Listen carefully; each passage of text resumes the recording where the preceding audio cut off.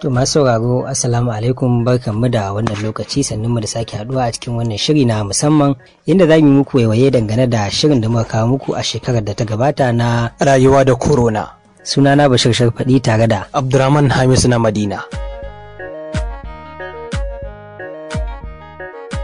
To kamar yadda muka faɗa, waiwaye ne za mu yi kuma waiwayen tare da abokan aiki baki ɗaya waɗanda suka bada gudunmawa wajen gabatar da wannan shiri.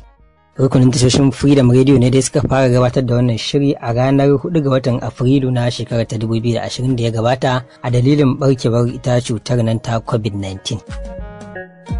Sannan an kammala shirin a ranar 10 ga watan Yuli na shekara ta 2020 din. Kaga kenan mun shafe kwanaki 97, sama da watanni 3 kenan ana gabatar da wannan shirin. Kwarai ko a tashoshin Freedom Radio na Kano, Kaduna, Jigawa da kuma yar autansu. Yar kyankyashe bisa giwa oga yake cewa ko da lafiya.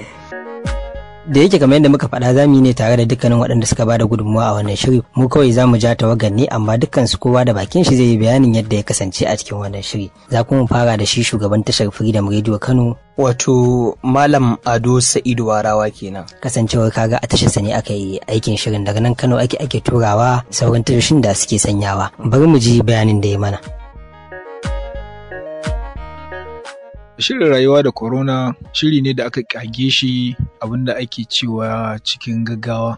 Mun lura cewa wannan annoba ta zo ta baza duniya kuma mutane suna zaman kulle. To babban abin da yake kan kafofin watsa labarai irin namu shine mu wayar da kan mutane akan abubuwan da suke faruwa a kusa da nesa dangane da wannan cuta. Musamman yadda ake fitar da alƙalma na waɗanda suka kamu da wannan cuta da kuma hanyoyin rigakafi. Shine abin da yasa aka yi wannan shiri. Kuma a lokacin babu wani labari ina jin da ya mamaye kafofin watsa labarai wanda mutane suke so su ji kamar yadda cutar nan take tafiya a duniya, kuma ake ta kokawa na yadda za a yi mutane su rayu. To shi yasa kaga an kago wannan shiri. Mun sami haɗin gwiwa a matsayin gungun gidajen rediyo da Freedom Radio Kano da Kaduna da Dutse da Dala. Muka shirya ma'aikatan da za su yi, kuma ya zama a nan tashar ma ake shirya program din, kuma ragowar ma ana ba su suna sawa. To yayi nasara alhamdulillah. Dalili mutane da yawa sun yi kewa wannan shiri bayan da wannan cuta muka yi ga cewa lokaci yayi da za a janye wannan shiri, duk da cewa akwai sauran rina a kaba, amma dai alhamdulillah zan iya cewa wannan shekara ta 2020 ta zo da wani sabon salo wanda kuma Freedom Radio ta ba da gudunmawa mai yawa wurin ganin cewa an yaki wannan cuta daidai gwargwado. Ba a rasa kalubale na wajen gudanarwa. Akwai wasu abubuwa da aka fuskanta a lokacin shirya wannan shiri. Akwai kalubale. Na farko dai ma'aikata 'yan kaɗan ne suke zuwa aiki. An dakatar da duk yawancin ma'aikata daga zuwa ofis. So ma'aikata 'yan kaɗan da suka zauna suka yi aiki, irin kai ma kana ɗaya daga ciki, su ne suka yi wannan aiki. Kalubale na farko kenan, domin cewa aikin zai musu yawa. Abu na biyu shine dole sai da muka nemi gudunmawa ta wasu a sassan jihohi, wasu jihohi da ma wasu ƙasashe, domin su ba mu su ma bayanan abin da yake faruwa a ƙasashensu. To wannan neman wa'annan mutanen su zo su ba da gudunmawa shi ma kalubale ne. Akwai kalubale kuma na yau da kullum wanda ko akwai zancen corona ko babu, za a maka zancen mota ta lalace, watakila wani zai ba da rahoto ba shi da lafiya, irin wa'annan mun fuskance su, amma cikin karfin ikon Allah mun samu nasara wanda mai sauraro ba zai iya ganewa yadda muke yi muna kawo wannan shirin ba. Amma babu shakka wannan shiri an yi shi cikin matsanancin lokaci. Ko da ma'aikatan da suke zuwa aikin kullum, ai za ka gani ba ma mai abinci da take kawo. To ko nemo abinci a kawo tashar da yadda ma'aikatan za su ci su samu kuzari sai aikin, ai shi ma babban kalubale ne, domin kowane shago a waje a karfe yake. Saboda haka akwai kalubale da yawa da aka fuskanta, amma cikin ikon Allah an yi nasara. To kasan shi ma shugaban tashar Freedom Dutse, injiniya Bashir Atuwa Gumal, ya yi mana nasa jawabin kan yadda ya ba da gudunmawa shi ma a cikin shirin na rayuwa da corona. Kasan shi ya sanya idanu kan shirin a Jigawa. Kasan a lokacin an riga an takaita yawan ma'aikata, kuma babban abin da muka yi shine akwai kwamitin corona din shi na jiha mun yi attaching din reporter ko da wani lokaci shi yana tare da su saboda haka duk abin da ya faru shi ne yake kawo rahoto. Sannan kuma yan waɗanda suka rage mana a nan mukan ba su damar su ɗan zaga gari su ga yadda yanayin gari yake su ga abin da yake faru. su ma an kan baka manta ba a wancan lokacin suna aiko rahotanni akan hakan abin da ya shafi yanayin da al'umma suke ciki. Kasan shi rayuwa da corona ya samu gata saboda duk lokacin da aka yi akan lokaci yawanci ake aikowa don da wahala ya felin. Saboda haka maganar ba a sa akan lokaci ba ko ba a turo akan lokaci ba ta, saboda a lokacin kowa WhatsApp yana kokarin ya ga abin ya tafi yadda ya kamata. To baya ga shugaban tashar ta Jigawa, ita ma shugaban tashar Kaduna Hajiya Maryam Dalhatu ta yi mana ƙarin bayani yadda shirin ya kasance a ɓangaren su. Shirin rayuwa da corona ya samu karbuwa matuƙa a nan jihar Kaduna, musamman yadda rahotanni ke zuwa har ƙetaren ƙasar Najeriya har ƙasashen da suke makwabtaka da mu. Wani lokacin akan samu rahoto daga ƙasashen waje. Wannan ya sa shirin ya karɓi kwarai da gaske saboda yadda ake jin labaran yadda mutane ke gudanar da rayuwarsu a cikin wannan lokaci na takaita zirga-zirga, kuma ga ciwo ana fama da shi, ana ƙoƙarin kula da kai da kare yaɗuwarsa. A jihar Kaduna mun yi ƙoƙarin fitar da mai rahoto ɗaya, Muhammad da muka danka masa wannan aiki na rayuwa da corona ya dinga kawo rahoto. A lokacin kasan an takaita aiki, an takaita yawan ma'aikata, an takaita zirga-zirga, saboda haka ma'aikatan ba hannu da yawa da za a ce mutum 3 ko 4 su yi wannan abu. Kuma shirin tun da minti 30 ya kunshi jihohi da dama da kuma kasashen ƙetare, bayan da za a ce mutum 3 daga nan, mutum 3 daga can, 3 daga can su dinga kawo rahoto. Saboda haka muka tsaye da Muhammad yana bibiyar kwamitin gwamnatin jihar Kaduna akan yaƙi da cutar corona, kuma yakan yawo cikin gari har ma abokan aiki da suke zaune gida in lokacin zaman gidan ne suna bashi yanayin halin da unguwannin su ke ciki, ya haɗa rahotonsa ya turo. Hakika wannan shiri ya samu karbuwa kwarai da gaske. To daga jawabin Kaduna kuma kamata ya muna gida, inda za mu yi wa mai sauraro waiwaye. Za mu dan saka maka wani bangare na gabatar da shirin wanda shugaban tashar Dala Malam Ahmad Garzali Yakubu yake gabatarwa wani lokaci daga gida, yayin kuma da yake tsaka da gabatarwa sai ga yara sun zo ga dai ku je da ta kaya da su da Baba Gaza. Muna tafe da fannoninmu na fasaha sadarwar zamani bayan an ji amsar tambayoyi akan corona, kuma za mu fara da labarai tare da Shehuddin Nasarawa. To a gaida Shehuddin Nasarawa, inda kai tsaye za mu shiga cikin rahotanni, kuma za mu leƙa birnin Yamai na jamhuriyar Nijar, inda al'amurra ke daidaita tun bayan dage doka takaita zirga-zirga makonni 4 da suka gabata. Wakilin Yakubu Umar Mai Gizawa yana birnin na Yamai ga kuma tsarabar da ya aiko mana. To idan muka kusa kaɗan zuwa jihar Borno da ke gabashin arewacin Najeriya, can ma dai al'amura ne yake komawa daidai tun bayan da hukumomi a jihar suka ɗage dokar zaman gida ta makonni 2.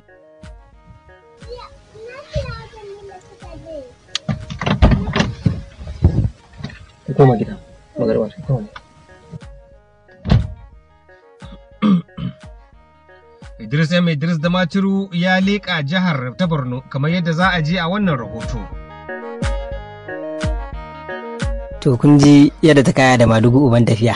Kuna iya kallon wannan bidiyon nasa ma mun wallafa muku shi a shafinmu na Facebook ga yadda yake ɗawainiya da yara yayin da yake gabatar da shirin. Kasan shi ma wanda ya limanci shirin shi ruwa abokin aiki. Malam Nasiru Salisu Zango ya yi mana karin bayani ta bangaren sa, kasancewa kasa lokacin da muke tsaka da gabatar da shirin ne kuma sai gwaji ya biyo ta kansa. Wanda shi ma ya ce katabus ya rasa saboda wannan gwaji nasa lokacin da yake sa ran zai fito yake fitowa, har ya fara tunanin ko da shi ma ya kamu ne. Tilas dai ya killace kansa, amma dai Bahaushe ya ce waka a bakin mai ita tafi daɗi. Babu shakka a shirin rayuwa da corona shiri ne da aka kirkire shi musamman saboda faɗakarwa da wayar da kan mutanenmu akan wannan annoba ta corona wacce aka fi sani da COVID-19. Kamar yadda ya saba, gidan rediyon Freedom muryar jama'a ya kirkiri shirin musamman la'akari da yanayin da aka tsinci kai a ciki. Kuma dama al'adar Freedom Radio ce duk sanda aka samu wani yanayi mukan kirkiri program musamman don wannan yanayin domin mu amfanar da jama'a akan wannan yanayi da aka tsinci kai a ciki. To mun tsinci kanmu a wani yanayi na annoba kuma gashi dole za a yi aiki tunda mutum ko yana gida dai ba a hana kunna rediyo ba. Da aka muka yi wannan amfani da wannan dama da ba a fita da yawan mu ma'aikatan mu ba sa fita daga gida wasu suka rika yin aiki don haka yanayin mun koyi darussa da yawa na aiki ma zai yi ashe daga gida. Sannan kuma a junan mu ma mun gamu da matsaloli ni kaina an yi min gwajin corona din kuma aka kwana 19 ba a saki sakamakona ba. Wannan ya tayar mana da hankali musamman ni ina gida cikin wani yanayi na rashin tabbas gashi a lokacin cutar tana kan ganiyarta. To gaskiya wannan ya jefa ni cikin yanayi har na kusa ma samun ciwon damuwa amma Allah cikin ikonsa gashi mun tsallake daga bisani aka gaya min cewa babu komai a sakamakon bani da ita cutar wanda dama da cutar ma dama ya isa a ce na warke. To haka dai kuma muka zo wajen gabatar da shirin ni ne nake jagorantar shirin tare da duk abokanan aiki na mukan karɓi rahotanni daga wasu daga cikin jihohin kasar nan da ma tsallaken kasar waje jamhuriyar Nijar kenan. To har ma da wani lokacin mukan karɓi rahotanni daga Kwatano akwai wakilan mu a can jamhuriyar Benin kenan.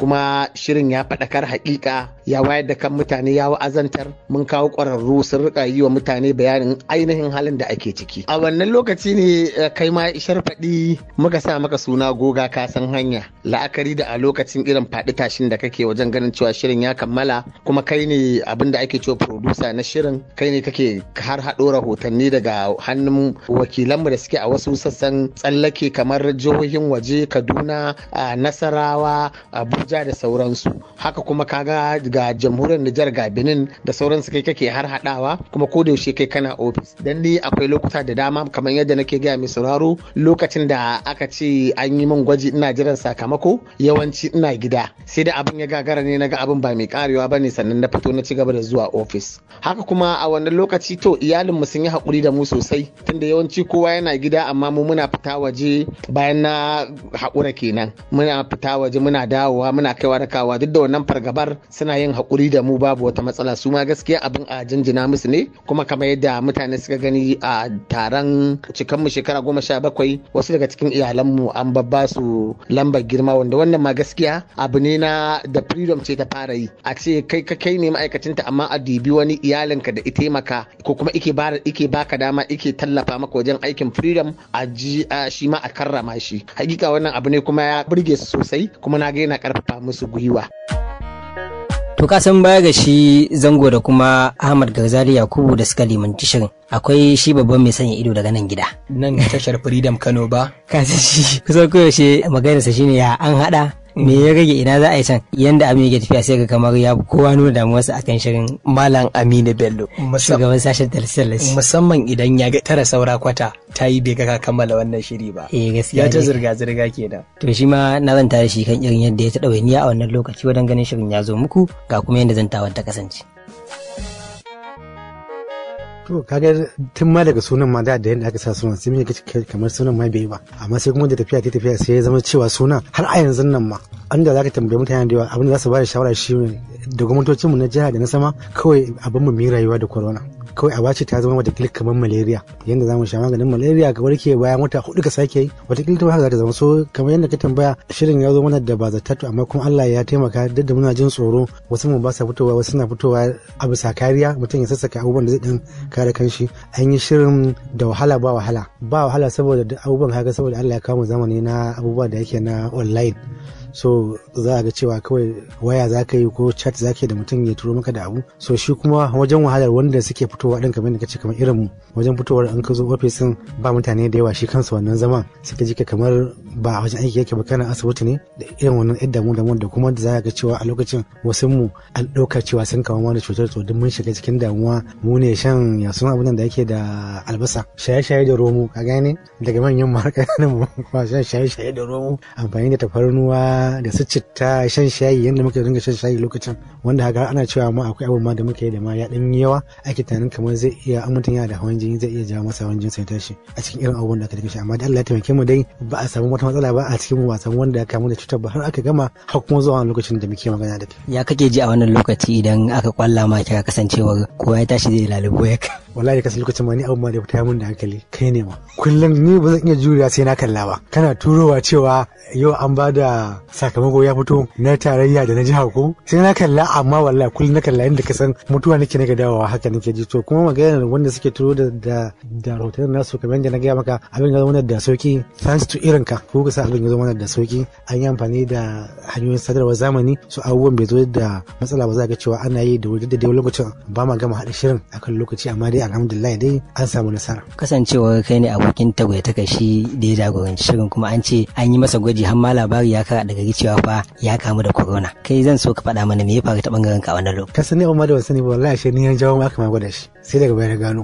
da ya baya jin daɗin ni ya gaya wa sai ya ce masa wallahi na kasa tuna cewa na ce masa a gwada shi din nan to wannan gwajin da aka yi masa ni gaskiya da ma ba ya bada yafi mana saboda aka yi masa gwaji aka ce wani kwana biyu dake fitowa ina gida ko ina ganin wayarsa ko hannun na rawa nake azawa zai ce mu ya ce ba wannan bace ba idan na kira shi in jiya ake ciki wajen kwana 19 kafin a gaya mana cewa ba shi da wannan abar to wannan kwanakin da muka yanda ka san a cikin prison karamin prison an saka a prison an tsare ka da irin mu da ni da iyalai na da abokan aikin mu irin su Yusuf Allah kai wannan abun har ina ga har da manyan mu a Freedom can sama ma kowa sun da kasan ita corona farkon zuwan a lokacin gani yake kamar kana damuwa ma ka mutu ma kawai to an shiga damuwa sosai wannan kwana wajen 19 da na gaya maka har sai mu gane cewa ashe ba ita bace ba ashe yaron nan zango mure ya dauko wa corona bace da muka tayar da hankalin kanmu to amma lokacin ya kake da yara ai na gaya maka gaba ɗaya su yara wasu su gane cewa kamar mamaye ka saboda baka jawo su a jikinka ka gane ka kamar kusan ka dan kiyaye cikin ka ne banda shan shayi ba abin da kake mai tafarnuwa da habbatu sauda da shaye-shaye da ruwa shi muka koma wallahi an ka mutu aiki ne ma saboda kana idan ka zo dan waya da yake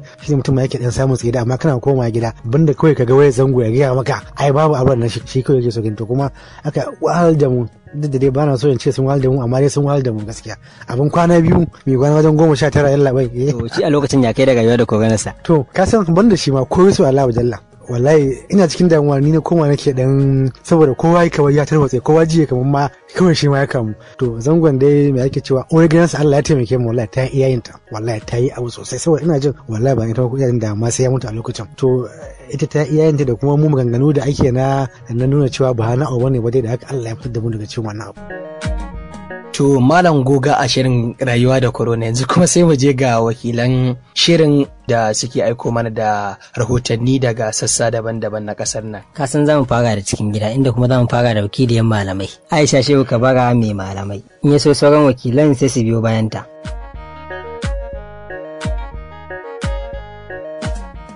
Na gudanar da shirin rayuwa da corona ne ta hanyar tuntuɓar malamai. Ina daga ofis zan kira malami da ce masa ga akan abin da nake so ya min interview kuma cikin ikon Allah za su yi min ta WhatsApp su turo min wani zai ce in bashi meye Gmail ɗina zai turo min ta nan haka su ma pasto ɗin da Reverend duk wanda na nema zan ce masa gashi a cikin shirin rayuwa da corona muna son za mu tattauna da shi to suna ba mu haɗin kai sosai suna tura mana interview. Aisha Shehu Kabara rayuwa da corona. Sunana dai Shehuddin Nasarawa ni nake aiko da rahotanni daga nan jihar Nasarawa. Mun yi aiki ko ni na aiki ne a lokacin da ake fama da tsaka mai wuya na wato rashin fita a nan jihar Nasarawa inda aka kukulle ko ina kuma aka baza sojoji a kowane hanya a nan jihar Nasarawa na unguwanni da kewaye. To haka nake kutsawa cikin sojojin wani lokaci na zaga gari da ID card ɗina a wuya. Da zara an tambaye ni ina zan je zan ce musu to ni dan jarida ne kuma aiki na fito yi. Wani lokacin su yi mini dariya wani lokacin kuma su hana ni wucewa su ce su ma suna aikin su ne. To haka dai na dinga fama kuma ga azumi a bakina a lokacin na dai gudanar da aiki a wani lokacin gaskiya cikin matsi da kuma takura sosai da sosai sannan in ka gani ma wani lokaci wanda ya sani baya iya gane ni saboda a sanye nake da takunkumi a fuskana da kuma safar hannu haka na dinga dai gudanar da aikin ga kuma ayyuka kuma na nan gida wadda nake gudanarwa a rediyon mu na jihar Nasarawa. Alhamdulillah ba a cewa komai sai dai godiya kuma Allah ya ƙara ɗaukaka wannan gida na Freedom Radio da kuma dukkanin ma'aikata na wannan gida da hukumomin wannan gida. Sunana Yakuba Umar Megizawa daga nan birnin da magaram na jamhuriyar Nijar. To alhamdulillahi ni wakilin Freedom Radio ne daga nan jamhuriyar Nijar, kuma na fara wannan aiki ne tun a lokacin shirin rayuwa da corona. A gaskiya mun gudanar da aiki daidai gwargwado cikin fahimtar juna da jin daɗi da kuma ƙara ma juna sani. Duk da yake cewa ni kaɗai ne a jamhuriyar Nijar da ke wakiltar Freedom Radio, nakan aika da rahotanni na cikin faɗin ƙasar baki ɗaya, wanda kuma hakan ma yasa daga baya aka riga turo labarai muka riga karantawa. Haka a cikin yanayin lokacin ne Allah ya bani ikon tafiya babban birnin Yamai, daga nan ma ne kokari har na turo da rahotanni da ma karanto labarai daga can. So don haka gaskiya shirin rayuwa da corona shiri ne wanda zan ce sosai, wanda ya shiga raina sosai, wanda na ji daɗin shi, musamman ma ganin cewa shine shirin da ya bani damar na fara aika da rahotanni daga Nijar na fara tura su ketare. Duk da yake cewa za a ga cewa kusa ne, makwabta ne, Najeriya ne, amma kuma gaskiya sosai shirin ya bani sha'awa sosai, ya bani dama kuma ƙara samun ƙwarewa ko kuma ƙara samun wata experience a cikin aikin jarida. Shiri ne gaskiya wanda zan ce ya shiga cikin kundin tarihi na cikin koyan aikin jarida ta a matsayina na mai koyan aiki. Gaskiya sai in ce shiri ne wanda ya yi contribute sosai, in ce ko kuma ya kawo gudunmuwar sosai wajen ƙara bani damar ƙwarewa a cikin aikin jarida. Nakan saurari rahotanni na sauran abokan aiki, in yi amfani da wasu damai, ni ma dai in yi 'yan gyare-gyaren da ya kamata in yi a cikin shirin. Gaskiya mun gudanar da shiri sosai, duk da yake cewa yanayi ne a lokacin, yanayi ne wanda mai wuyar sha'ani, to amma gaskiya daidai gwargwado an samu an gudanar da aikin iya daidai iyawa. Sunana Abdullahi Garba Jani, wanda na aiki da rahotanni daga Katsina a cikin shirin rayuwa da corona wanda gidan Radio Freedom ya gabata a lokacin da corona take a zagaye na farko. Alal hakika na ji daɗin yadda na aiko da rahotanni, kuma kasan shi dan jarida ko kuma wakili ko mai aikiwa da rahotanni, ya abin da yake hiso shine yaga in ya tura da labari an dauka an yi amfani da shi an sanya duk mutane sun ji. So na ji daɗi sosai gaskiya da Freedom Radio, in na tura rahotanni na kusan duk rana ko rahoto na tura a lokacin da ake wannan corona, a Freedom Radio tana dauka kuma tana amfani da shi kamar yadda ya dace. So alal hakika na ji daɗin aiki a wannan lokacin, kuma na ƙara fahimta waɗansu abubuwa dangane da aikin jarida sosai. Sunana Abubakar Sabo, kuma daga lokacin aikin rayuwa da corona na dinga aiko rahoto ne ko kuma na dinga bada rahoto na ne daga jihar Kano. Yadda muka yi wajen aiwatar da aikin rayuwa da corona, da farko dai kusan kowa yana gida a kulle, amma dai da yake mu manema labarai akwai damar cewa za mu fita mu nemi labarai, kuma Allah ya samu na cikin waɗanda aka zaɓa cewar za mu nemi wannan labarai a wannan lokaci, tunda yawancin kafafen yaɗa labaran haka aka zaɓi wasu suka yi aiki, kuma Allah ya kaddara mana cikin wanda muka yi aikin. So mun dinga zagawa ne loko da saƙo da kuma kan tituna na cikin garin Kano da ma wajen Kano, inda muka dinga ganin abubuwan da suke faruwa, muka dinga kawo rahotanni a kai, muna kuma sanar da mutane abubuwan da ake ciki. Tun kamar yadda aka fara mutane wato sun bi dokar, amma daga baya kuma saboda abin ana ta karawa suka dinga bijirewa, a haka muka dinga duk yadda yanayi ya canja haka muka dinga bin al'amarin, muna kawo mai sauro don ya san cewar ga abin da ake ciki. Daga bisani ne kuma gwamnatin jihar Kano ta kafa kotun tafi da gidanka guda 11 daga lamba 1 zuwa lamba 11 waɗanda suke zaga wurare daban-daban domin su ga su wane ne suke kunnen kashi ko kuma suka kifin dokar da gwamnati ta kafa na cewar a zauna a gida. Muka dinga amfani da wannan damar, muka dinga ɗauko labarai daga irin wannan kotunan na tafi da gidanka, muna aiko da rahotanni. Kasancewar dama akwai sanayya ko kuma gogayya ko kuma tafiya da ake da kotunan tun a baya ne yadda suke gabatar da wato ayyukansu, wannan yasa duk inda muka ga kotun ta zauna mukan je mu ga cewar su waɗanne irin laifi mutane suka yi, sannan menene labari ma a ciki, tunda wani za ka ga yayi laifin amma ita kanta kotun tafi da gidanka za ta ga cewar lalle yana da uzuri, ya kamata a sake shi da makamantansu. So wannan su ne dai kusan yadda muka ringa ka labarin. Sunana Usman Abubakar Usmaniya daga jihar Gombe. A Gombe nake turo rahotanni da suka shafi rayuwa da corona. Yadda muke yi wajen aiko da waɗannan rahotanni shine duk inda aka gudanar da taruka da ya shafi cutar corona, mukan bi diddigi mu ji me aka yi, me ake so a yi, sannan mukan tambayi al'umma me suke so, sannan ya gamsu su da shirin da gwamnati ke ɗauka da kuma kwamiti na karta kwana. Sannan mafi wasu lokutan mukan tuntuɓi shugabannin kwamitin karta kwana da waɗanda suke da ruwa da tsaki abin da ya shafi wannan annoba, mu ji daga bakinsu ta waya, sai mu zo mu haɗa rahoton mu aiko da shi yadda ya kamata. Allah ka mana ƙarshen wannan cuta. To alhamdulillahi, sunana Idris Muhammad Idris da Maturu, wakilin shirin rayuwa da corona daga jihar Yobe. To alal hakika shirin rayuwa da corona duk da dai alhamdulillahi a wancan lokaci an kammala shi lami lafiya. To amma zan iya cewa ba sauki domin mun sha wahala. Sanin kowa ne dai a wancan lokaci yadda duniya ta shiga cikin wani hali na aljannar waina, wato ƙasa zafi sama zafi.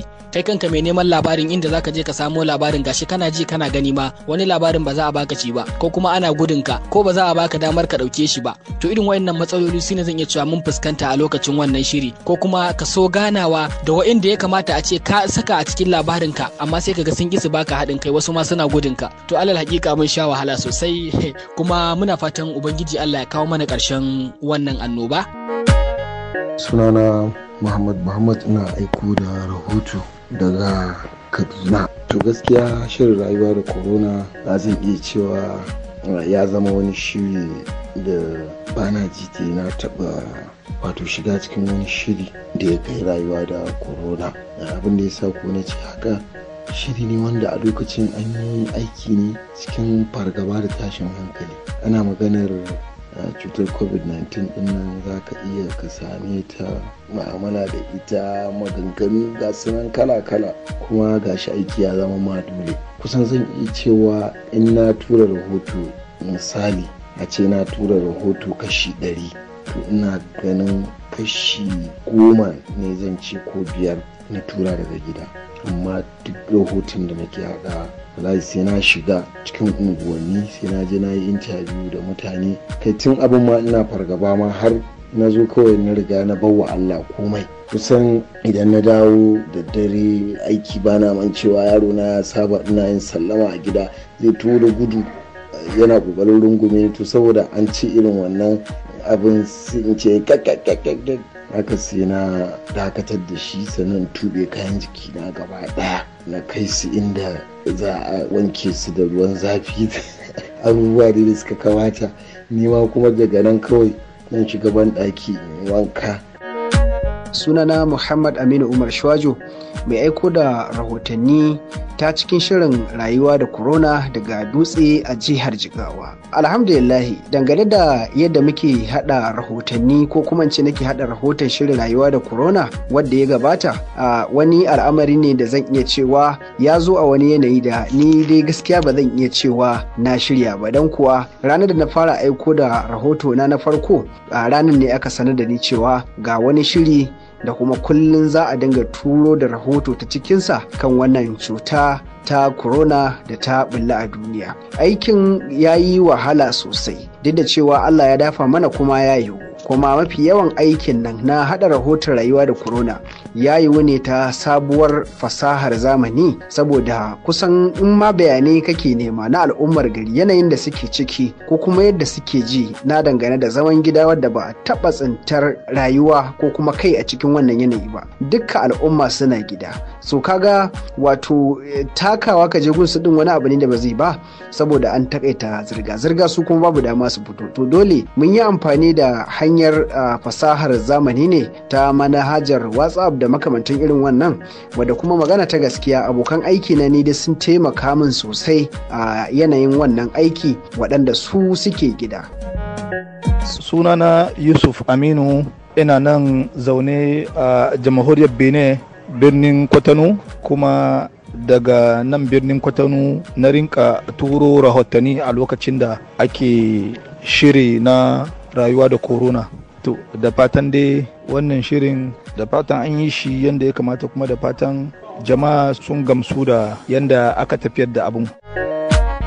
Sunana Fauziya Dauda, ina turo rahoto daga birnin Bonn na tarayyar Jamus. To gaskiya a lokacin da nake turo da rahotanni lokacin da ake rayuwa da corona, lamari ne mai ƙayatarwa kuma mai cike da ƙalubale na iya cewa, saboda wani lokacin ina da aiki nan sannan kuma za a buƙaci in turo rahoto zuwa Freedom Radio domin a saka a cikin shirin rayuwa da corona dangane da yadda cutar corona take a nan nahiyar Turai. To nakan kasance wani zubin ina aikin sashen Hausa sannan zan yi kokari dukkan mai yiwuwa in yi rahoton in turo.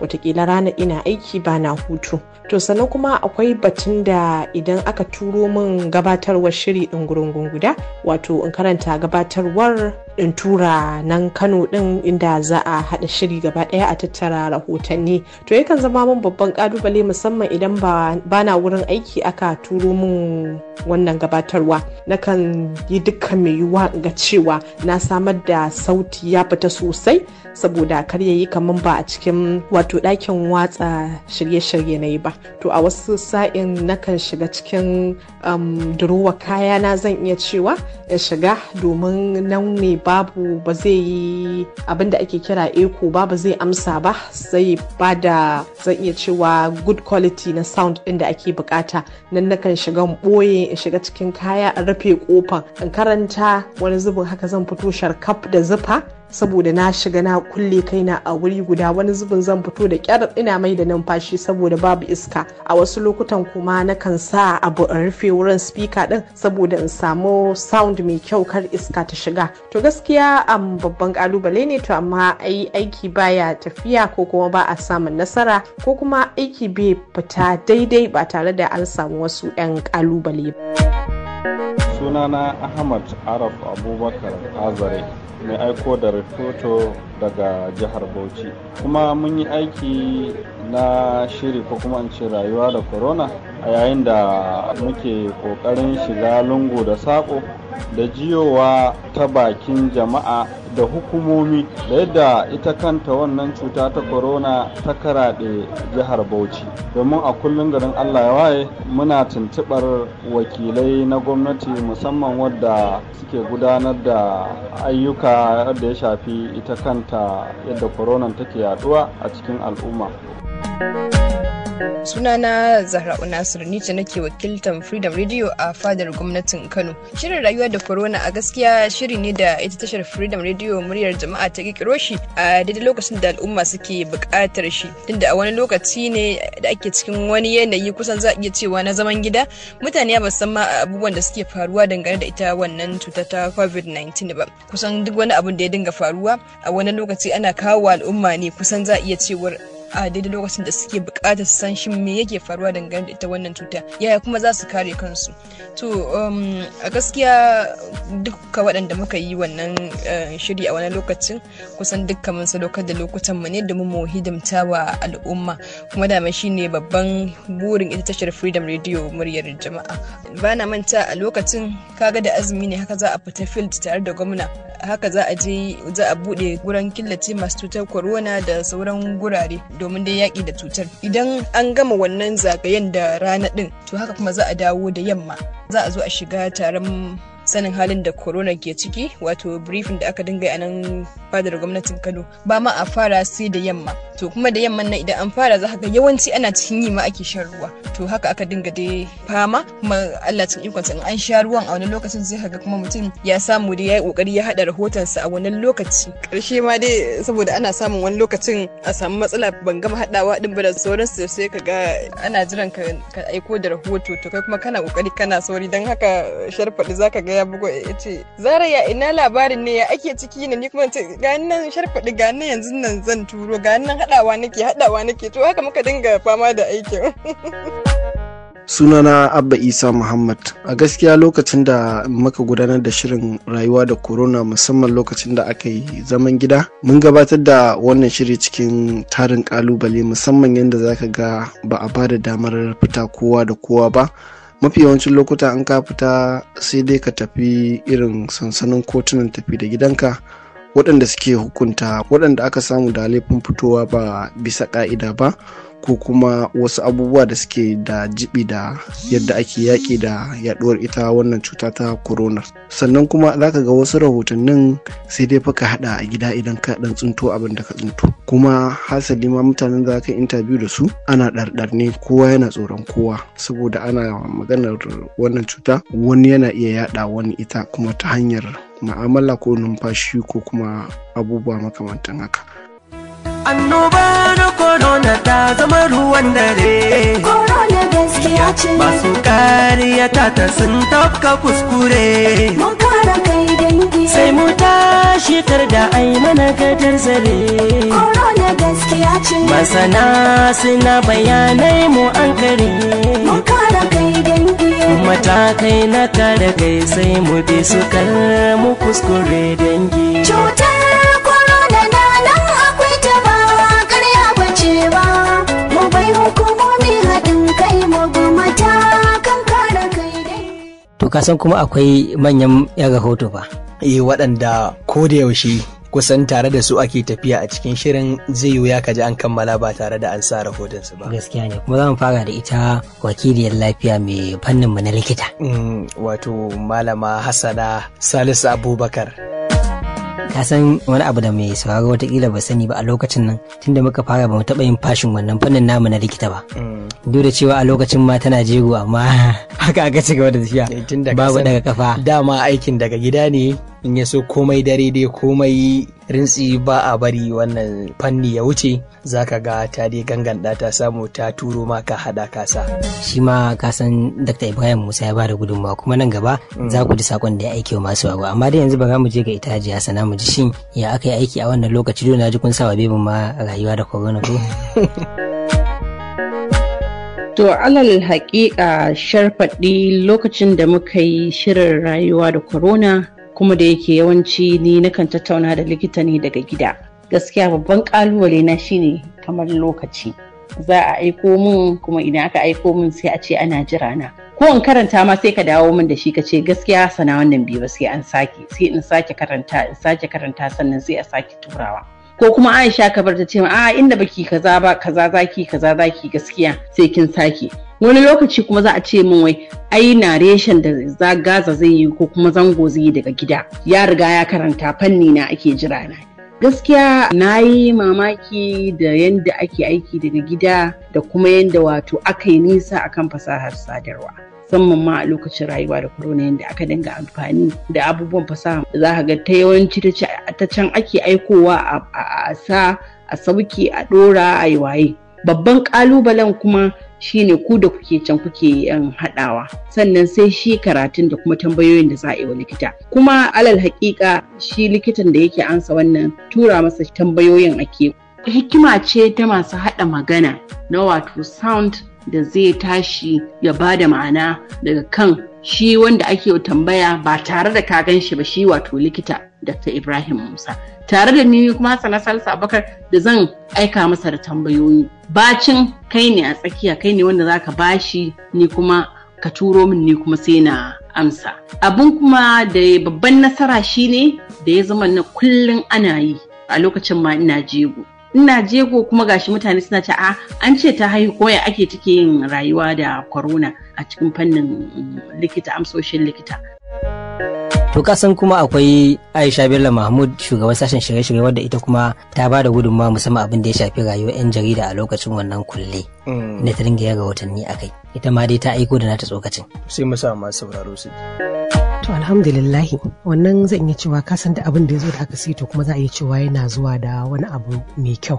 Ɗaya daga cikin zan iya cewa akasin shine ba za ka zo ofis a ganka ga mutane ba, amma hakika wannan fasaha ta kimiyya ta ci gaban sadarwa ta taka rawa kwarai da gaske, ta taimaka mana mu musamman sha'anin intanet din nan. A lokacin da rayuwa da corona sai ya samu kwarai da gaske akwai sabis, to wannan ya suka ga aikin mu, amma gaskiya akwai kalubale kuma, amma dai aikin an yi shi yadda ya kamata kuma ya taka rawa. Kuma a lokacin da yake mutane na zaman gida, ko rahoto kai zaka ga an kira ka an ce maka an ji rahoto akan ka, za kuma kai ƙarin bayani. Da cewa ba likitoci bane, sai mu ba da shawarwari na abin da ya kamata a yi, da ko kuma mu ce da Allah ku saurari shiri na gaba, shi za mu tattauna da likita ko kuma da wani masani kan wannan batu. To an samu wayewa kai, an samu karo, amma gaskiya akwai kalubale da tangarda irin ta na'ura. Domin ba na mantawa sharfaɗi kai da kai muka fara lokacin rayuwa da corona nan kafin ma rayuwa da corona ka zo ka introduce ɗina to wani abu Zoom kafin a ce mu daina zuwa kenan aka ce shirin duniyar mu a yau ni ina Freedom Malam Usman yayo daga gida muka zo da wani likita katina muka yi ta kokari dai amma wannan abu daga baya bai yi ba amma dai ya zo ya yi kuma ya koya mana abubuwa da dama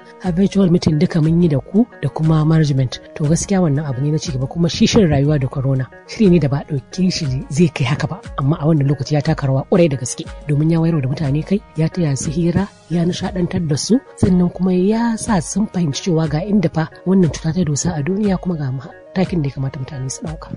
Ya kike ji a wannan lokacin idan aka kira ki cewa ki tuka kaza ko kin ce za ki yau kaza bai zo ba?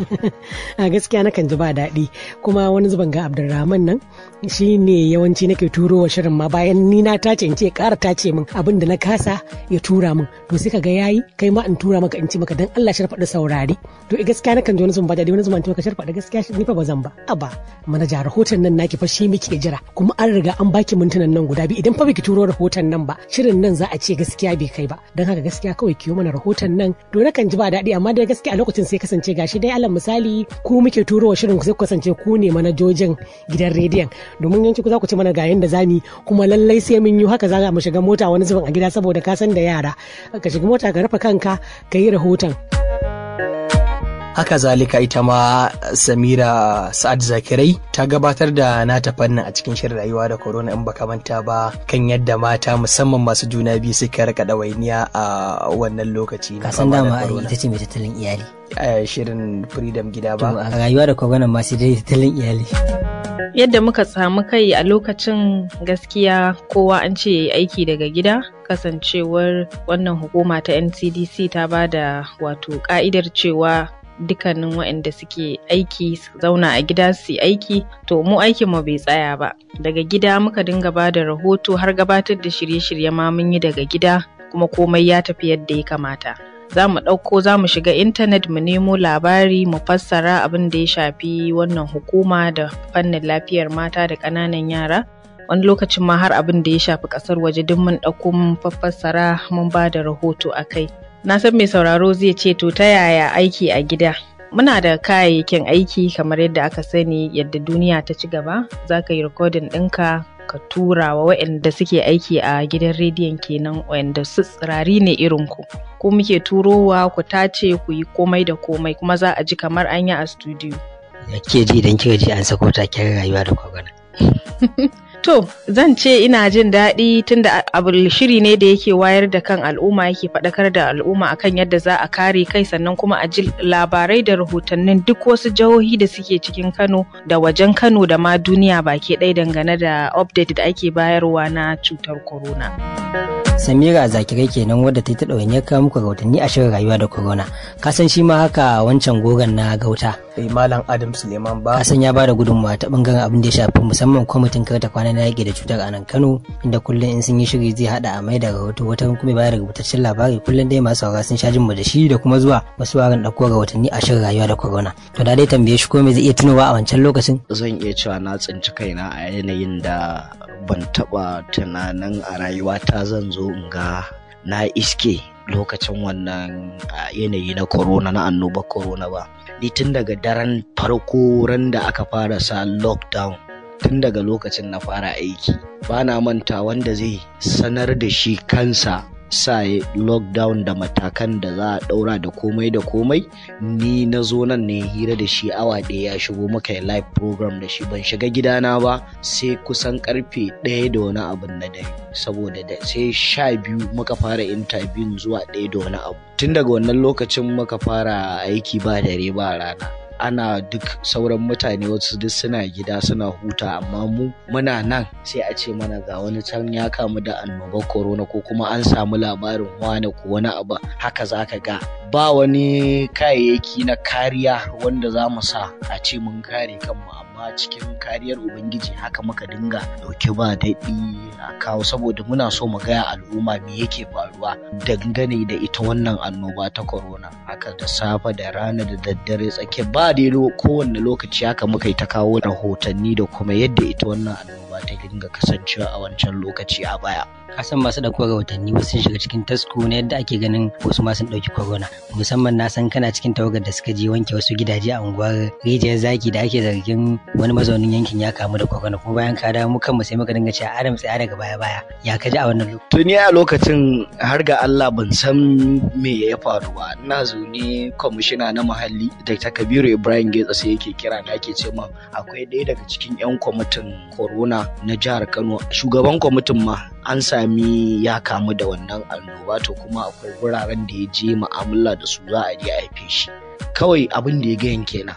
Na je gurin kafin ma in tsaya su gama abubuwan da za su yi sai muka matsa gefe muna magana da shi, sai aka yi ta ɗaukan hoto. Kawai kafin na dawo na shigo cikin mota ta in baro gurin sai na ji ana taimun waya, yanzu muka ga hotonka a Rijiyar Zaki, yanzu muka ga hotonka a Rijiyar Zaki. Sai na rasa hoton mami, sai daga baya ake mun jawabin cewa wai mun je gurin gidan da aka samu mai corona, ni ma an fara guduna. Har sai da ta kai ta kawo zaka ga in muka zo kuɗi kai tsaye dai wani dai ba zai iya tunka ya ce maka ko kana da ita ba, amma zaka ga da yanda mu'amala kake kowa hatta dan uwanka lokacin zaka ga yana baya da kai.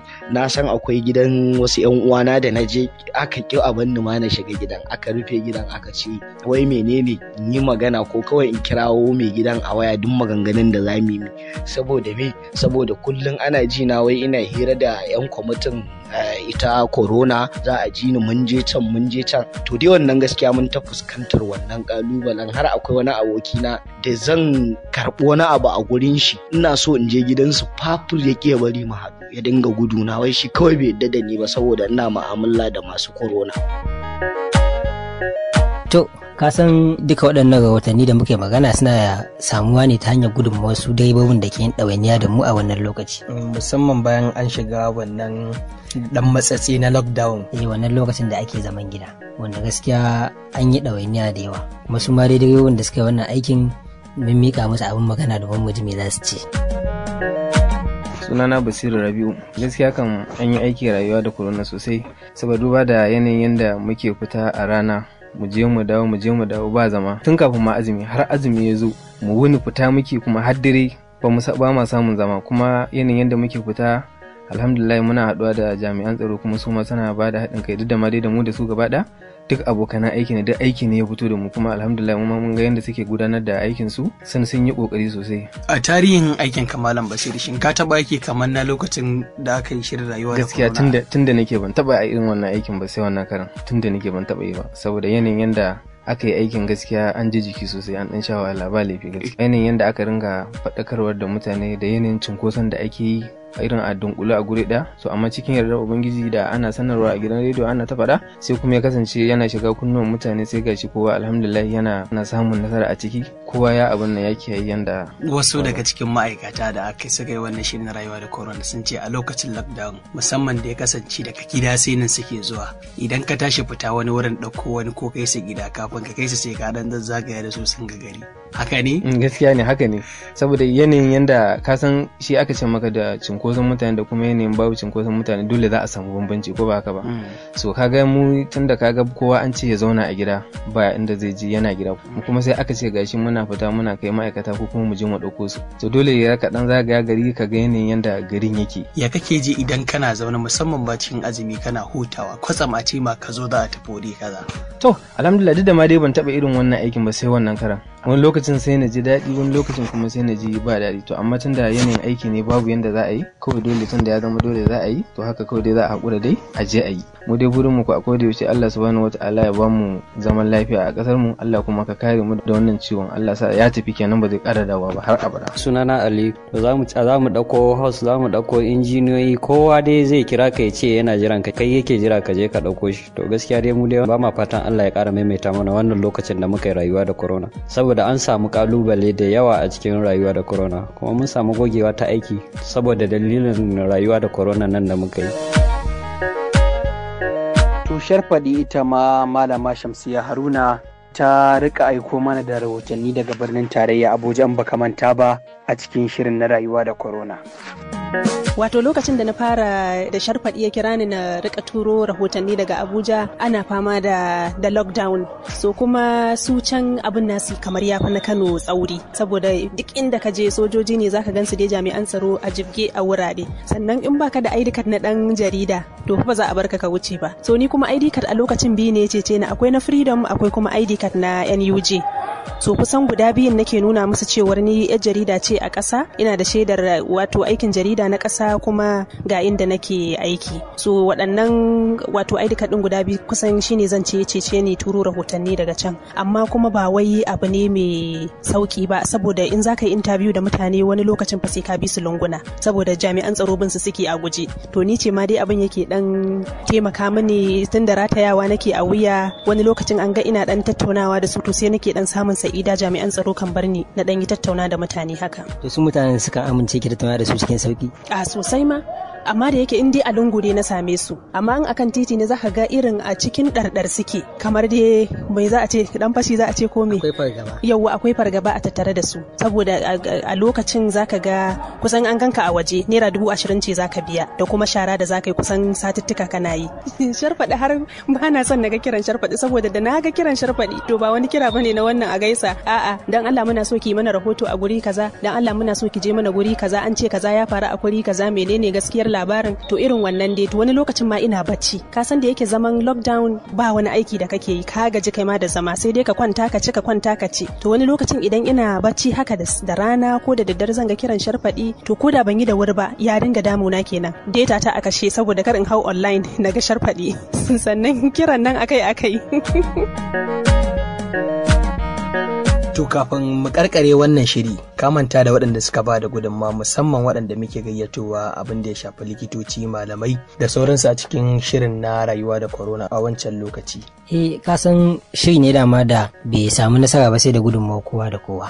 Kuma na san tun daga yanzu mun fara tunowa da mai saurare. Na san ba zai manta da Dr. Ibrahim Musa ba irin gudunmawar da ya bayar wajen amsa muku tambayoyin fannin mu na rayuwa da corona wanda ya shafi kiwon lafiya.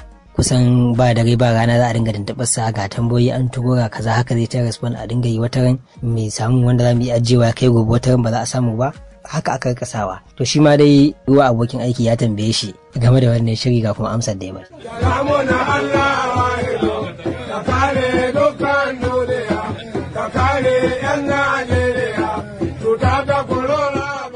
Gaskiya shirin rayuwa da corona ya zo mini da bazata da farko dai lokacin da Nasiru ya kira ni akan ana buƙatar ko za a yi shiri don wayar da kan al'umma kan wannan sabon ciwo na yi ƙoƙarin daga ko zan samu wani likita da ya dace ya rika yin shirin amma bayan da yin bayanin cewa shirin ba na rana ɗaya ba ne kuma na ga yadda yanayin aiki yake ba kowane likita za ka samu ya zauna kullum yana maka amsa tambayoyi ba sai na haƙura na ce mishi to da haka ne ni zan yi kuma na yadda zan yi ne saboda bayan duba da cewa shi kashi ciwon abin da yake damuwa tasowa na annoba bangare ne da ni kaina nake da kwarewa a kai tunda na yi karatu na gaba da digirin farko da ake kira masters a bangaren epidemiology wato karatun binciken cututtuka da yadda suke halayyarsu da sauransu da yadda suke yaduwa kuma ta yi courses da dama irin da field epidemiology waɗanda a ciki ake binciken annoba da sauransu kuma na samu wannan kwarewa ne a jami'a da take waɗanda suke cikin ɗaya daga cikin masu girma a duniya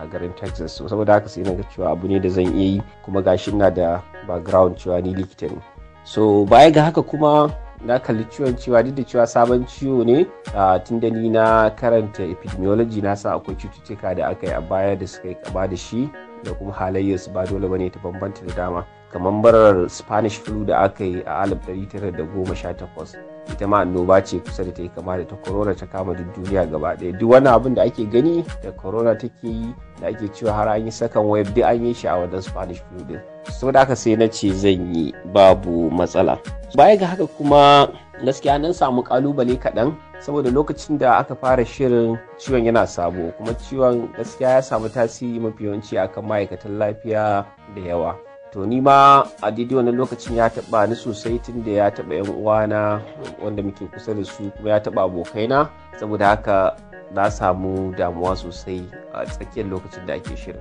So akwai kuma lokacin da ma muna cikin yin shirin shi kansa mai gabatar da shirin ya fara samun alamun kamar ciwon, don haka sai ya zamanto na samu kaina baya ga yin shirin sai na samu lokaci da dama na ɗauka ina ƙoƙarin kwantar mai da hankali, duk da cewa bai daina yin shirin ba mutane ba za mu taɓa ganewa ba. So lokacin da nake ƙoƙarin kwantar mai da hankali a kan shirin ni kaina ina fama da duk abubuwan da yake ji na ciwon, dan matata muna tare tana ta tari, ni ina fama da ciwon jiki da rashin jin kamshi da ciwon kai da zazzabi da sauransu, amma duk da haka ban gaya mishi ba saboda kada da tsorata shi, kada a ce likitan ma da yake shirin corona shi ma corona ta kama shi.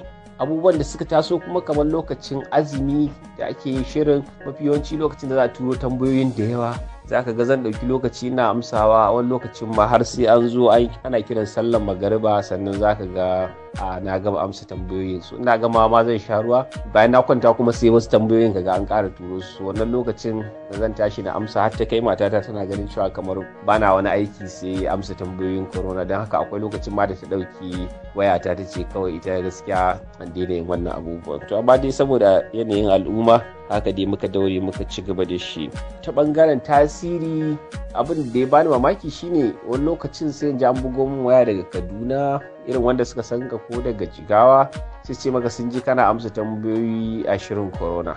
To na kan yi mamaki tunda ni ba ma abocin jin rediyo bane, ban ma san akwai gidajen rediyo da suke sawa a Kaduna da Jigawa ba. Wannan ya bani kwarin gwiwa cewa lalle mutane suna sauraro kuma suna fahimtar abubuwan da ake ciki. A asibiti kuma ma sai ta kai har abokan aiki sun gani suna kira na likitan corona, har na fara ganin idan a jama'a sun ga ga likitan corona. So a ta kai in ne wani abu ma sai a ce to ai tunda likitan corona ma yayi barami, har na zo ma ina jin nauyi saboda idan ban sa face mask ba mutane za su ce ba za su sa face mask ba saboda ni ne nake faɗa cewa ya kamata a sa da sauransu. So wannan yana cikin ɗan kaɗan daga cikin abubuwan da na gamu da su lokacin shirin corona, amma dai ni ma na ƙaru sosai saboda tambayoyin da ake yi suna sawa ina yin bincike, kuma wannan ya sa na da fahimtar ciwon ta ɓangaren public health, kuma ya daɗa bani dama na yi wani abu da nake ganin zai wayarwa da kan al'umma ya rage musu fargaba. Kamar wani ya taɓa gaya min cewa ai bayan ya saurare ni ma sai ji cewa ai zai iya rayuwa, ashe za a iya rayuwa da corona din, saboda kamar yadda da aka ɗauka kowa in ya same ta kawai ciwon ajali ne zo, ba haka bane. So alhamdulillah ina godiya ga gidan rediyon Freedom da ya bani wannan damar na yi wannan aiki fi sabilillahi dan al'umma, da kuma shi Malam Nasiru da ya takura cewa sai ni din zan yi, duk da farko ban yi niyyar yi ba, na yi na samu mishi wani, da kuma dukkanin waɗanda suka yi ta gwagwarmaya suna karɓo tambayoyi suna haɗawa su tace ganin dan ku ji su. Allah ya saka kowa da alheri. Haka ma dai bangaren kungiyoyin al'umma su ma sun samu wakilci a wannan shirin. Na san dukkaninku za ku iya tunowa da Musa Abdullahi Sufi irin gudunmuwar da ya bada wajen wakiltar bangaren al'umma. To shi ma dai Madugu uban tafiya da kansa Malam Ahmad Garzali Yakubu ne ya mika masa abin magana domin ya jiyo ta bangaren sa dangane da shirin da kuma gudunmuwar da bayan a wancan lokaci.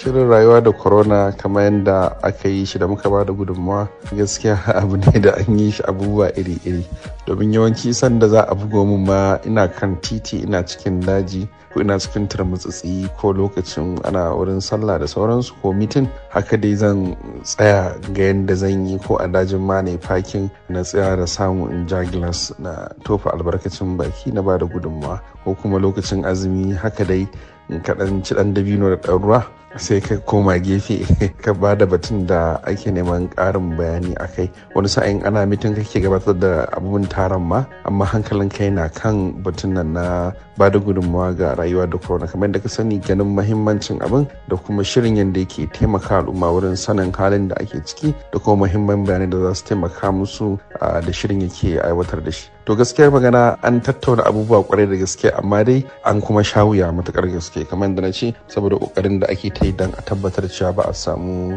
tasgado a cikin abin ba. Amma dai kamar yadda na fara bayani, an ji jiki kwarai da gaske, domin wani sa'in gaskiya ana tsakiyar abu haka za a datse shi, ko kuma ma ana yi hankali yana rabuwa. Kamar yadda na ce, kasancewar ni mai yawan tafiye-tafiye ne, gaskiya na sha tafiya, dan akwai wuraren da ma za ka tsaya wurare ne masu hatsari, amma dai saboda muhimmanci da kuma ana buƙatar abin a wannan lokacin, haka zan tsaya in yi recording na turo. Malam Ghazali ka ba da gudunmawa kwarai da gaske domin kai ma jajircewa ka da kuma irin yadda aka rika bin abin cikin mutuntaka, cikin abin raha, abin farin ciki kwarai da gaske. To shi ma ya taimaka matuƙar gaske wurin ba da wannan damar. Mafi ala kuma kamar da na ci dama shi wannan tim naku na shirin rayuwa da corona da kuma duka masu na Freedom Radio mutane da jajirtattu da suka iya mu'amala da wurin nemo waɗanda za su ba da gudunmawa wannan. Fatan mu dai shine Allah ya sa wannan cuta ta zo ƙarshe, Allah ya raba mu da sharrin ta baki ɗaya. To daga nan sai mu gangara bangaren masana tattalin arziki, tunda ka san an yi hajijiya da bangaren tattalin arziki fa rayuwa da corona. Ka san a lokacin ne kuma shi ma rayuwa da corona sai dinga kawo muku bangarorin masana a bangaren inda suka dinga yin fashin bakin cewa ga yadda ya kamata a bi, ga inda ya kamata in an bi za a bulle. Inda Malam Sani ya babara masani a bangaren tattalin arziki ya dinga fayyace mana hanyoyi daban-daban dangane da batun tattalin arzikin a zamani irin na annoba. Shi ma dai yayi wayoyi. Ai ba ƙaramar taka rawa kuka yi ba wajen faɗakarwa kan wannan annoba da ta shafi duniya. Duk da hana fita da muka sami kanmu da lalurorin haka, amma za ku turo mana tambayoyi mu amsa ta hanyar voicemail a sanarwa jama'a don wayar da kan al'umma a cutar da mutane da yawa ba su ma yadda da ita ba. Duk mai shiga kafofin yada labarai zai gani yadda asibitoci suka cika da marasa lafiya, da yadda akwatunan binne gawa suka yi karanci, da yadda aka daina yi wa mutane sai dai a haƙa rami a zuba gawarwaki. A ƙasar Amurka ta kai a rana ɗaya mutane 100,000 su kamu da wannan cuta, kuma mutane sama da 3,000 suna mutuwa kullum. To goga za ka yi tuya kamanta da albasa masu sauraro. Musamman ma an ka duba yadda aka rika turo tambayoyi da sauransu don shirin nan na san ba wai yaban kai ba, kai dai ka san ya samu karba a wurin masu sauraro, musamman ma al'ummar nan jihar Kano da ma arewacin Najeriya baki daya. Ya kamata a jinjina gaskiya masu sauraro da irin gudunmawar da suka rika bamu na tuntubar shirin da kuma aiko mana tambayoyi. Kuma kamar yadda kuka ji a cikin jawaban da su jagoran suka yi, sun bayyana cewa gidan rediyon Freedom a shirye yake domin ba da duk wata gudunmawa da za ta inganta lafiya da kuma ci gaban al'umma. To goga. Zauna gida malam kaji, zauna gida a cikin ji. Zauna gida malam kaji, zauna gida a cikin ji. Allah ka kauda corona, amma ka bani corona. Kafin mu sallama dai za mu sallame ne da fanninmu na fasaha da corona. Ta yaso sai mu rufe. Na mai nazari ne, wanga kiɗin na mai ilimi ne, kowa ga halin tilasta zaman gida ga ɗalibai sanadiyar kulla makarantu domin daƙile yaɗuwar cutar corona ya jefa ɗalibai cikin halin tsilla-tsilla, wanda manazarta a harkar ilimin ke ganin cewa zai wuya a samu cike gibin da wannan zaman gida ya haifar. Yanzu haka dai tuni hukumar shirya jarabawar kammala sakandare ta Afirka wato WAEC ta sanya ranar fara rubuta jarabawar. Kan wannan ne wakilinmu Nasir Salisu Zango ya tuntuɓi kwamishinan ilimi na jihar Kano Sanusi Sa'idu Kibu, wanda ya ce tuni suka yi amfani da fasahar zamani wajen baiwa ɗaliban da za su zana wannan jarabawa horo na musamman. Babu abin da zai sa Kano bata sake ɗaukar gurbin da ta ɗauka a baya na ƙwazo wajen ƙwazo da cin jarabawa ba. Mu yaran mu ba da kikai bane, yaran mu suna da ƙoƙari. Wannan larurar kuma ba Kano kaɗai ta shafa ba, ta shafi dukkan jihohin Najeriya. Duk wani ɗalibi da yake a makaranta ko jami'a ko makarantar firamare ko sakandare ta shafe shi. To kuma mu a Kano fiye da duk wasu jihohi masu tarin yawa mun yi wannan lesson din da ake yi online, an ci gaba da yin wannan darasi, an yi wannan darasussuka, iyaye sun yi kwazo, sun yi kokari wajen sa 'ya'yansu lalle su zauna su saurari wannan darasi da aka dinga yi. Saboda haka muna nan akan bakanmu, Allah ya yarda ɗaliban jihar Kano su za su yi na ɗaya a Najeriya. A kan su koyi ilimi. Rana da gyara da ka gawara maka ta fama jira majina. Kai ka biya yan boko sun ki biyan ka. Yara ko da ilimi gaske.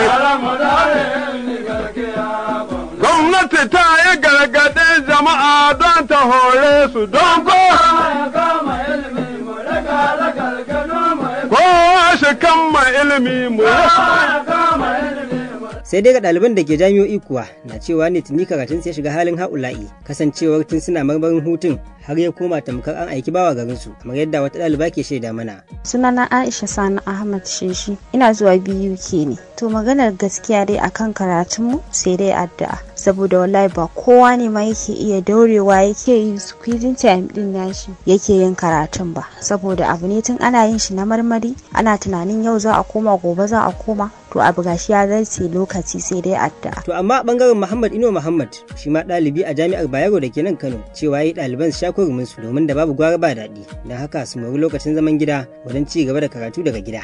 Ga dai abin da yake cewa ya kamata mu ci moriyar wannan lockdown ta hanyar amfani da kafafen sadarwa na zamani wajen karanta littattafai masu muhimmanci da kuma ilimin da kuma wallafe-wallafe da aka wallafa su a kafafen sada zumunta domin mu amfana da su. Wannan zai sa mu amfana ta fuska guda biyu. Na farko ta fuskar karatun da muke kwasa-kwasan da muke karanta za mu karu. Bangare na biyu kuma za mu kara bangarorin watakila da ba ma bangarorin mu bane ba amma bincike ya sa mu je mu cimma waɗannan. Za mu iya neman littattafan da aka sa su a matsayin PDF ko kuma wanda aka wallafa a Play Store da App Store da kuma sauran bangarori na sadarwa. Wannan zai taimake mu rage raɗaɗin zaman da muke ciki sakamakon wannan hutu na dole. Wannan yanayi da annobar corona ta jefa harkar ilimi a Najeriya yar manuniya ce da ke nuni cewa akwai buƙatar sake nazari domin zamanantar da bangaren ilimi ta yadda zai tafi daidai da zamani.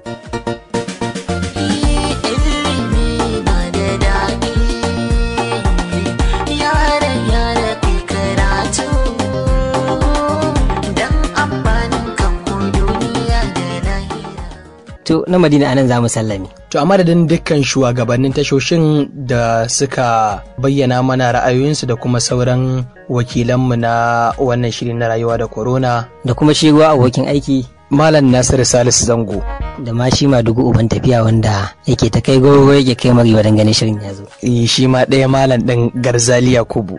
Yawwa da kuma shi wancan mai sanya idanu na marketing Malam Aminu Bello. To ni dai sunana Bashir Sharfadi a madadin Abdurrahman Hamisu na Madina a madadin shugaban tashar Ado Sa'idu Warawa. Mu kasance lafiya.